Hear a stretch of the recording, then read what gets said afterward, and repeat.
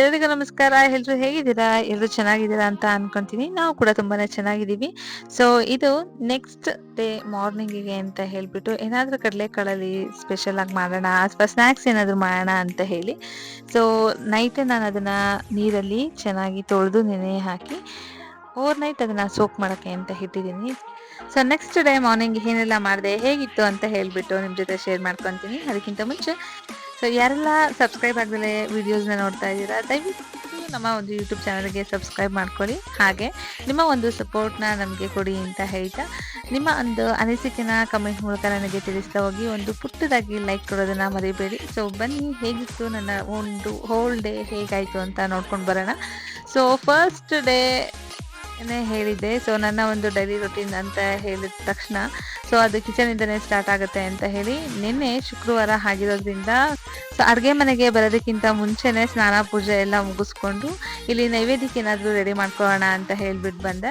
So ನಮ್ಮನೆಯವರು already ಎದ್ದು ಕಾರೆಲ್ಲ wash ಮಾಡಿ so ಸ್ನಾನ ಎಲ್ಲ ಮುಗಿಸಿ ನನಗೆ ಇನ್ನೂ ಕಾಫಿ ಕೊಟ್ಟಿಲ್ಲ ಅಂತ ಕೇಳ್ತಾ ಇದ್ರು. ಸೊ ಕಾಫಿ ಕಾಫಿ ಕಾಫಿ ಅಂತ ಹೇಳಿ ಸೊ ಕಾಫಿನ ರೆಡಿ ಮಾಡ್ಕೊಟ್ಬಿಡೋಣ ಅಂತ ಹೇಳಿ ಹಾಲನ್ನ ಕಾಯಕ್ಕಿಟ್ಟು ಹಾಗೆ ಸಿಂಪಲ್ ಆಗಿ ಸಜ್ಜಿಗೆನ ಮಾಡ್ಕೊಳ್ಳೋಣ. ಸೊ ಪೂಜೆ ಎಲ್ಲ ಮಾಡಿ ಲೇಟೇ ಆಗೋಗ್ಬಿಟ್ಟಿತ್ತು. ಅಷ್ಟರಲ್ಲಿ ಆಲ್ರೆಡಿ 7 o'clock ಆಗ್ಬಿಟ್ಟಿತ್ತು. ಸೊ ಏನಾದರೂ ಮಾಡಿಕೊಂಡು ಟಿಫನ್ ಎಲ್ಲ ಮಾಡಿಕೊಟ್ಟು ನನ್ನ ಮಗಳಿಗೂ ಕೂಡ ತಲೆ ಸ್ನಾನ ಮಾಡಿಸಿ ಕಳಿಸೋಷ್ಟೊತ್ತಿಗೆ ಲೇಟ್ ಆಗಿಬಿಡುತ್ತೆ ಅಂತ ಹೇಳಿ, ಹಾಗೆ ಡೈಲಿ ಫಾಸ್ಟಾಗಿ ಹೇಗೆ ನನ್ನ ರೊಟೀನ್ ಸ್ಟಾರ್ಟ್ ಆಗುತ್ತೋ ಅದೇ ಥರ ನಿನ್ನೆನೂ ಕೂಡ ಸ್ಟಾರ್ಟ್ ಆಗೋಯ್ತು. ಸೊ ನಮ್ಮ ಮನೆಯವರಿಗೆ ಫಸ್ಟ್ ಕಾಫಿ ಕೊಟ್ಬಿಡೋಣ ಅಂತ ಹೇಳಿಬಿಟ್ಟು ಕಾಫಿಗೆ ಒಂದು ಕಡೆ ಇಟ್ಟು ಹಾಲನ್ನು ಕೂಡ ಬಿಸಿ ಆಗಲಿಕ್ಕೆ ಅಂತ ಹೇಳಿ ಇನ್ನೊಂದು ಕಡೆ ಇಟ್ಟೆ. ಸೊ ಏನಾದರೂ ಮಾಡ್ತಾ ಇರ್ತೀನಲ್ವಾ, ಈ ಹಾಲು ಕುಕ್ಕರ್ ನನಗಂತೂ ಸಿಕ್ಕಾಪಟ್ಟೆ ಯೂಸ್ ಆಗಿದೆ. ಇಲ್ಲ ಅಂತ ಅಂದರೆ ಹಾಲೆಲ್ಲ ಉಕ್ಕೋಗ್ಬಿಡ್ತಾ ಇತ್ತು, ನೋಡ್ತಾನೆ ಇರಲಿಲ್ಲ. ಅದನ್ನೆಲ್ಲ ಕ್ಲೀನ್ ಮಾಡ್ಕೊಳ್ಳೋದೇ ಒಂದಷ್ಟು ಟೈಮ್ ಆಗ್ತಾಯಿತ್ತು. ಇದು ಬೆಸ್ಟ್ ಅಂತ ಅನಿಸುತ್ತೆ ನನಗೆ. ಸೊ ಯಾರೆಲ್ಲ ನೀವು ಹಾಲನ್ನ ಇಟ್ಟು ಮರ್ತ್ಬಿಡ್ತೀನಿ ಅಂತ ಹೇಳ್ತಿರೋ ಸೊ ಅಂಥವ್ರು ಈ ಥರ ಒಂದು ಹಾಲು ಕುಕ್ಕರ್ನ ಯೂಸ್ ಮಾಡೋದು ಭಾಳ ಅಂದರೆ ಭಾಳ ಬೆಸ್ಟ್ ಐಡಿಯಾ.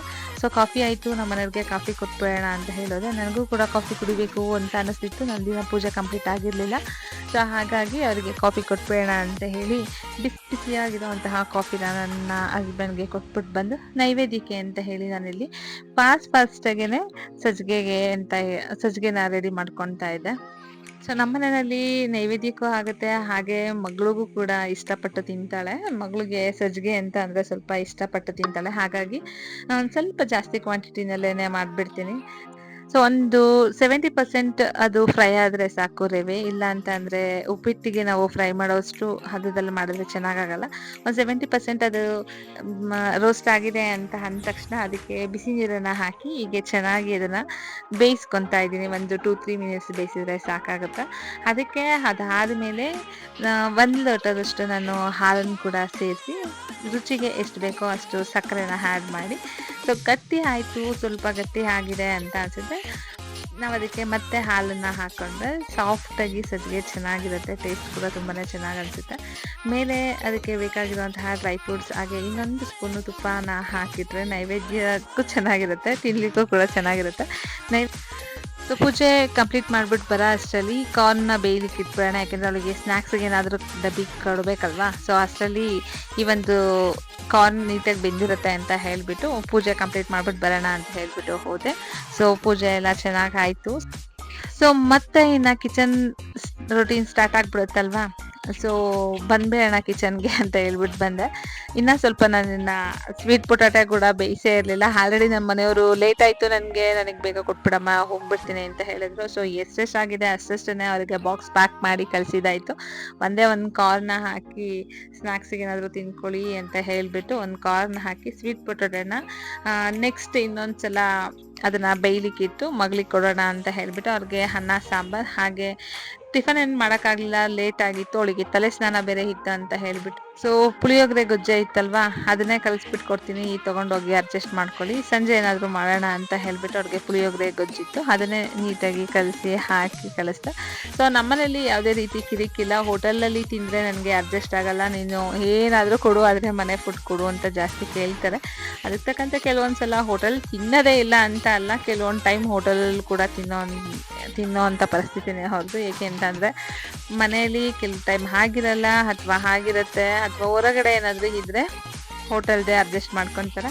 ನನ್ನ ಮಗಳು ಕೂಡ ಸ್ನ್ಯಾಕ್ಸ್ ಏನು ಮಾಡೋಕ್ಕಾಗಲಿಲ್ಲ, ಕಾರ್ನೇ ಬಿಡಿಸಿ ಹಾಕಿ ಟಿಫನ್ ಎಲ್ಲ ಮಾಡಿ ಅವಳಿಗೆ ಕಲಿಸಿ, ಸೊ ನಂದು ಟಿಫನ್ಸ್ ಎಲ್ಲ ಮುಗಿಸ್ದೆ. ಅದಾದ್ಮೇಲೆ ಮತ್ತೆ ಸಂಜೆ ಇಂದ ನನ್ನ ರೊಟೀನ್ ಸ್ಟಾರ್ಟ್ ಆಗ್ತಾ ಹೋಗ್ತು.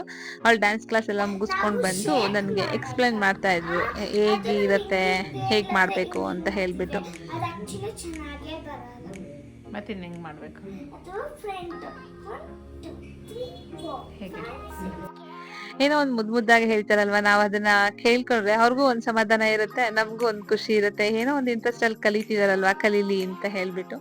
ಸೊ ಮಕ್ಳು ಎಲ್ಲ ಏನಾದ್ರು ಹೇಳ್ಬೇಕಾದ್ರೆ ಬಿಡುಚಿನ ಇರ್ಲಿ ಬಿಡುಚಿನ ಅಷ್ಟೇನಾ, ಹೌದಾ ಅಂತ ಏನಾದ್ರು ಹೇಳೋದಕ್ಕಿಂತ ಸ್ವಲ್ಪ ಅವ್ರ ಕಡೆ ನಾವು ಕೇಳಿಸ್ಕೊಳಲ್ವೋ, ಹೌದಾ, ಹ್ಞೂ ಚೆನ್ನಾಗಿತ್ತು, ಚೆನ್ನಾಗಿದೆ ಅಂತ ರಿಯಾಕ್ಟ್ ಮಾಡಿದ್ರೆ ಅವ್ರಿಗೂ ತುಂಬಾನೇ ಖುಷಿ ಆಗುತ್ತೆ ಅಲ್ವಾ. ಸೊ ಏನೋ ಪುಟ್ಟದಾಗಿ ಹೇಳ್ಕೊಡಕ್ಕೆ ಅಂತ ಬಂದು ಹೇಳ್ಕೊಡ್ತಾ ಇತ್ತು. ಸೊ ಇಲ್ಲಿ ನೈಟ್ಗೆ ಡಿನ್ನರ್ಗೆ ಅಂತ ಅಂದ್ಬಿಟ್ಟು ನನಗೆ ಲೈಟಾಗಿ ಚಪಾತಿ ಇದ್ರೆ ಸಾಕಂತ ಹೇಳಿದ್ರು ನಮ್ಮ ಮನೆಯವರು. ಹಾಗಾಗಿ ಚಪಾತಿ ದಾಲ್ ಮಾಡಬೇಡ ಅಂತ ಹೇಳ್ಬಿಟ್ಟು ಬಂದೆ. ಚಪಾತಿ ಇಟ್ಟು ಕಲಸಾದ್ಮೇಲೆ ತೊಗರಿಬೇಳೆ ಮತ್ತು ಹೆಸರುಬೇಳೆನ ಸಮ ಪ್ರಮಾಣದಲ್ಲೇ ತಗೊಂಡು ಅದನ್ನು ನೀಟಾಗಿ ಒಂದು 2ರಿಂದ 3 ಸಲ ತೊಳೆದು ಬಿಸಿ ನೀರನ್ನು ಹಾಕಿ ಸ್ವಲ್ಪ ಉಪ್ಪು, ಸ್ವಲ್ಪ ಅರಿಶಿನ ಸೇರಿಸಿ ನಾನು ಇದನ್ನು ಒಂದು 3ರಿಂದ 4 ವಿಸಲ್ ತೊಗೊತಾ ಇದ್ದೀನಿ. ಸೊ ಇಲ್ಲಿ ನಾನು ಸ್ವಲ್ಪ ಕ್ವಾಂಟಿಟಿನಲ್ಲಿ ಮಾಡ್ತಾ ಇದ್ದೆ, ಒಂದೇ ಟೈಮಿಗೆ ಸಾಕು, ಸ್ವಲ್ಪ ಅನ್ನ ಸಾಂಬಾರು ಬೇರೆ ಇತ್ತು ಅಂತ ಹೇಳ್ಬಿಟ್ಟು. ತುಂಬಾ ಚೆನ್ನಾಗಿ ಆಗಿತ್ತು. ನೀರನ್ನು ಹಾಕಿ ಅದು ವಿಸಲ್ ಬರಲಿ ಅಂತ ಇಟ್ಟು ತುಂಬ ಸಿಂಪಲ್ ಆಗಿ, ಟೈಮ್ ಇಲ್ಲ ಅಂತ ಅಂದ್ರೂ ಫಟಾಫಟ್ ಅಂತ ಹೇಳ್ಬಿಟ್ಟು ಮಾಡ್ಕೋಬೋದು. ಅದಕ್ಕೆ 1 ಈರುಳ್ಳಿ 1 ಟೊಮೊಟೊನ ಕಟ್ ಮಾಡ್ಕೊತಾ ಇದ್ದೀನಿ. ಸ್ವಲ್ಪ ಚಿಕ್ಕದಾಗಿ ಕಟ್ ಮಾಡ್ಕೊಂಡ್ರೆ ಬೆಟರ್ ಅಂತ ಅನಿಸುತ್ತೆ. ಸೊ ನಾನಿಲ್ಲಿ ಸೇಮ್ ಅದೇ ಥರ ಪುಟ್ಟದಾಗಿ ಕಟ್ ಮಾಡಿಕೊಂಡು ಅದಕ್ಕೆ ಒಂದು 2ರಿಂದ 3 ಮೆಣಸಿನ್ಕಾಯಿನೂ ಕೂಡ ಕಟ್ ಮಾಡ್ಕೊಂಡಿದ್ದೀನಿ, ಹಸಿರು ಮೆಣಸಿನ್ಕಾಯಿ. ಇದು ಹಾಕಿದ್ರೆ ಸ್ವಲ್ಪ ಟೇಸ್ಟ್ ಚೆನ್ನಾಗಂತ ಅನ್ಸುತ್ತೆ. ನಮಗೆ ಗ್ಯಾಸ್ಟ್ರಿಕ್ ಇದೆ, ನಾವು ತಿನ್ನಲ್ಲ ಅಂತ ಅನ್ನೋರು ಒಣಮೆಣ್ಸಿನ್ಕಾಯಿನ ಒಗ್ಗರಣೆಗೆ ಹಾಕೊಂಡ್ರೆ ತುಂಬ ಚೆನ್ನಾಗಂತ ಅನಿಸುತ್ತೆ.